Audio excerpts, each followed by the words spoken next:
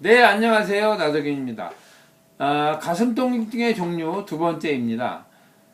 가슴 통증이 이제 폐에서 생기는 가슴 통증을 지난번에 알아봤고요. 이번에는 역류성 식도염에서도 가슴 통증이 생길 수 있습니다. 가슴 통증 생기는 가슴 통증은 뭐 식도에 있는 부분이 가슴 중앙이 타는 듯하거나 뭐 긁는 듯하거나 뭐 이런 통증이 생기는데, 식도는 이제 위에서 음식물을 뭐 삼키면 그것이 식도를 타고 내려가서 위에 도달하게 되는데, 위에 들어간다면 식도에서 위로 내려가는 문, 그걸 분문이라고 하는데 분문이 잠겨야 됩니다. 근데 얘가 잠기는 힘이 좀 약하다든가, 아니면 밥 먹고 바로 눕는다든가, 또는 과식을 한다든가, 뭐 이러면은 다시 역류를 하죠. 근데 이제 위에 있는 그 위액은 굉장히 강한 염산이 있는데 굉장히 강한 산입니다. 그게 있는 이유는 사실은 이제 음식물이 들어왔을 때 외부로부터 균이 같이 들어올 수 있으니까 균을 죽이는 역할도 하고 또 소화에 중요한 역할을 하기도 합니다. 그런데 이것이 이제 분문이 약해져서 위액이 역류하게 되면 위 자체는 자기가 내버리는 소화 요소인 위 염산에 저항하도록 되어 있는데, 식도는 염산에 저항하도록 되어 있지 않거든요. 그러니까 산이 식도로 올라오게 되니까 식도가 산에 의해서 화상을 입습니다. 상하는 거죠. 그렇게 해서 이제 역류성 식도염이 생기게 되는 거죠. 그래서 그것이 올라오는 정도에 따라서 많이 올라오거나 그럼 위에까지 상해서 뭐 기침을 하기도 하고 그렇게 됩니다. 그리고 쓴물이 올라오거나 이제 되새김질하거나 트림이 많으신 분들은 이런 분들은 역류성 식도염을 의심해 봐야 되고요.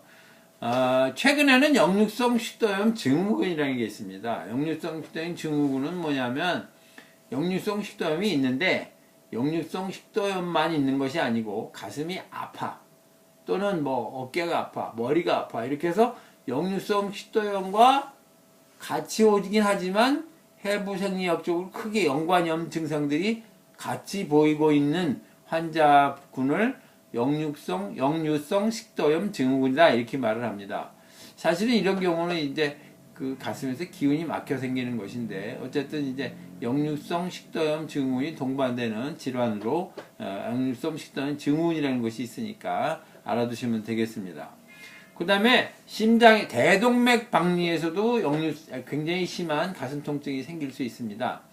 대동맥 박리라는 건 뭐냐면, 심장에서 피를 뿜어내면 대동맥을 상해서 대동맥을 통해서 전신으로 혈액이 나가게 되는 거죠. 그래서 심장으로부터 나오는 굉장히 굵은 혈관이 대동맥인데, 그래서 상행대동맥, 횡행대동맥, 하행대동맥 이렇게 해서 이제 돌아서 밑으로 쭉 내려가서 이제 배를 지나서 좌우로 갈라지고 온몸으로 퍼지게 되는데, 이 대동맥은 그렇게 혈액이 굉장히 강하게 뿜어져 나오니까 아주 두꺼운 근육과 섬유로 된 내막, 중막, 외막으로 되어 있는데 굉장히 탄력도 좋죠. 그런데 이것이 이제 동맥경화증이 생기거나 하는 문제로 뻣뻣해지면 이제 종내에는 내막과 중막 사이가 벌어지면서 이제 글로 혈액이 타고 들어가고, 혈액은 심장에서 나오는 혈액은 굉장히 고압이기 때문에 그 갈라진 틈으로 타고 들어가면 그것이 또 혈관을 찢어내기도 합니다. 그래서 막 쫙 찢어지는 것 같은 그런 큰 심한 통증이 생기고요. 또 이런 정도가 너무 심하면 그 자리에서 사망합니다. 굉장히 중증 질환이고요. 물론 작으면 이제 치료할 시간 여유가 있기도 하죠. 그래서 가슴이 찢어지는 듯한 통증과 심하면 이제 숨을 못 쉬고 기절하기도 하고 사망하기도 하니까, 이럴 때는 빨리 병원에 가서 진단을 받으셔야 됩니다. 그 다음에 이제 제일 우리가 중요하게 생각하는 것 중에 또 하나가 심장의 허혈성 질환이라고 말하는 그 다음에 협심증이나 뭐 이렇게 심근경색, 그 다음에 미세경색, 이런 것들을 말하는 거죠. 심장의 허혈성 질환이라는 것은 심장 근육에 혈액을 공급하는, 심장에 피가 꽉 차 있지만 그것으로서 심장 근육에 혈액을 공급하지는 못합니다. 그러니까 심장 근육에 혈액을 공급하는 혈관이 별도로 있는데, 그 혈관을 관동맥이라고 그러고, 관동맥이 좁아지면 심장 근육에 혈액이 부족하게 되고, 꽉 막히면 막힌 그 하부가 죽습니다. 그러니까 이제 그래서 피가 모자라 생기는 것이 심근의 심장의 허혈성 질환이다 이렇게 말을 하죠.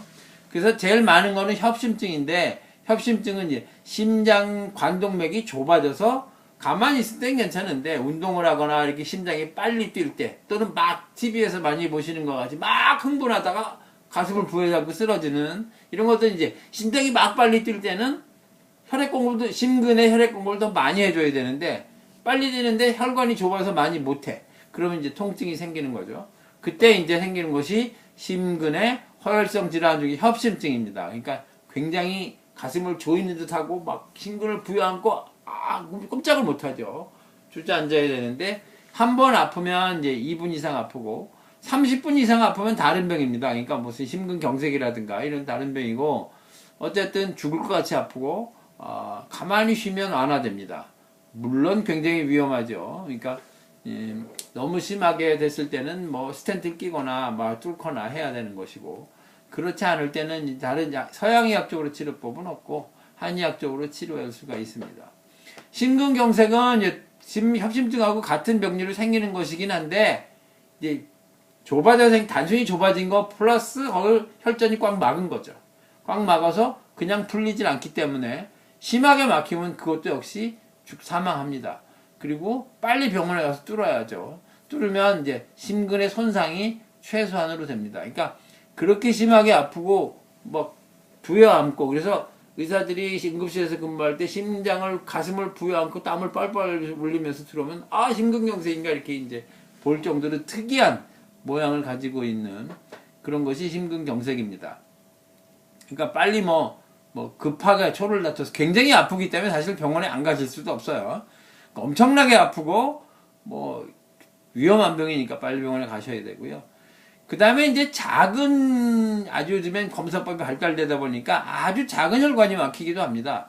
아주 작은 혈관이 막힌 걸 미세경색이라고 하는데 요거는 이제 가슴통 조금 있다가 가벼운 통증이 있다가 없어집니다. 그런데 미세경색은 과거에는 잘 진단하지 못하던 거죠. 근데 최근에 이제 검사법이 발달돼서 진단이 되긴 합니다만 너무 가는 혈관이기 때문에 사실은 치료법이 딱히 따로 어떻게 할 수도 없죠. 너무 가는 혈관이라서. 그렇기도 하고 또 손상의 범위가 작아서 대부분 특별한 치료가 필요하지도 않습니다. 그러니까 이제 그거는 물론 진단을 해봐야 되지만 미세경색이라는 것도 있으니까 너무 그것 때문에 스트레스 받을 일은 아니지만 항응고제를 정도를 투여하는 정도고 건강이 이제 그런 게 생긴다는 것은 건강이 나쁘다는 뜻이죠. 그러니까 굉장히 주의를 하고 그때부터 이제 건강관리 집중을 하셔야 된다. 이런 의미로 이해를 하시면 되겠습니다. 다음번에는 이제 흉벽에서 생기는 가슴 통증에 대해서 말씀드리겠습니다. 네, 이상입니다.